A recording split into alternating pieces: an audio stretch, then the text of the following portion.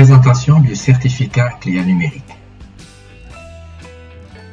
Nous allons parler du pourquoi de l'utilisation du terme numérique, des avantages du numérique, du certificat lui-même et comment obtenir le certificat CLEA numérique.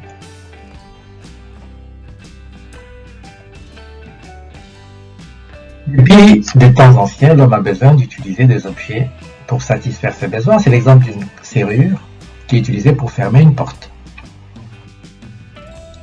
Le développement scientifique et industriel a conduit l'homme à échanger, à communiquer avec les objets inanimés de façon à en tirer un profit. Je prends un exemple. Une serrure est devenue un objet avec lequel on peut communiquer. On peut fermer une serrure à distance, même si l'on est situé à des milliers de kilomètres, et même parfois à travers un téléphone portable. Voici un deuxième exemple. Une secrétaire médicale veut enregistrer une information, un rapport dans un ordinateur. Elle veut dire le patient est séronégatif. Cette information est envoyée vers l'ordinateur. Elle sera convertie dans un format qui est une série de chiffres. Donc, l'information est devenue une information numérique. Donc, cette information pourra être calculée par le processeur, stockée sur un support solide, en l'occurrence un disque dur, et convertie éventuellement, si on le souhaite, pour être facilement lue sur un écran. Donc, nous sommes ainsi dans un domaine où nous parlons des objets numériques parce que ces objets utilisent des informations qui ont été modifiées et qui se présentent sous forme de nombres. Donc, c'est un monde du numérique.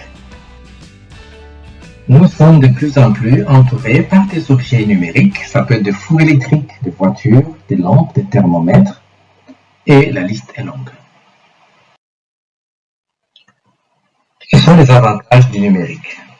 La performance. Il est possible de produire encore davantage. On peut facilement augmenter la précision et on peut facilement faire des choses que l'on ne faisait pas avant. Avec le numérique, il est beaucoup plus facile de créer certaines choses.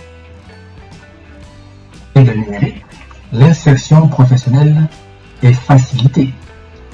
Parce que dans le monde professionnel, nous avons maintenant une utilisation accrue des compétences, connaissances et objets numériques.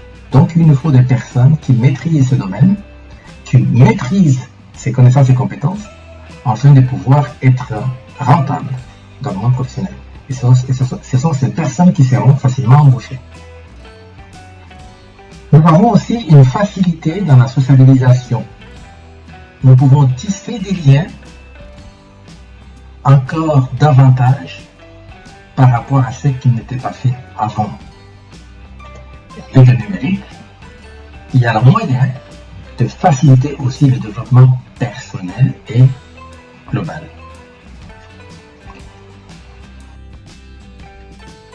Vu que le numérique est indispensable dans le monde professionnel, les partenaires sociaux et l'État ont réfléchi à un référentiel de certification. Pourquoi? Objectiver les niveaux de compétences numériques afin de pouvoir, de façon objective, dire quel est le niveau de maîtrise, de connaissances et compétences dans le monde du numérique lorsqu'une personne doit être insérée professionnellement, par exemple.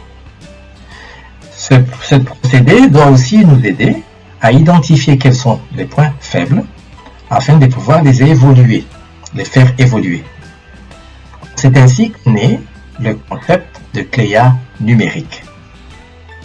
Alors, CLEA numérique va se baser sur quel domaine? CLEA numérique va se baser sur 4 domaines. Le premier, c'est identifier son environnement et utiliser des outils associés. Donc, on veut savoir si la personne est capable de pouvoir identifier les objets numériques, par exemple. Est-ce que la personne est capable de les utiliser. Le deuxième domaine, c'est acquérir et exploiter l'information dans un environnement professionnel numérisé. Est-ce que la personne est capable d'échanger avec des objets numériques, par exemple? Est-ce qu'elle est capable de faire traiter cette information auprès des objets? Est-ce qu'elle sait traiter l'information reçue de la part des objets? Le troisième domaine, c'est interagir en mode collaboratif. Donc, quel est le niveau de compétences, de maîtrise de la personne sur le point de l'utilisation de connaissances et compétences et outils numériques pour collaborer avec les autres, par exemple. Le quatrième domaine, c'est appliquer les règles et bonnes pratiques de la sécurité numérique.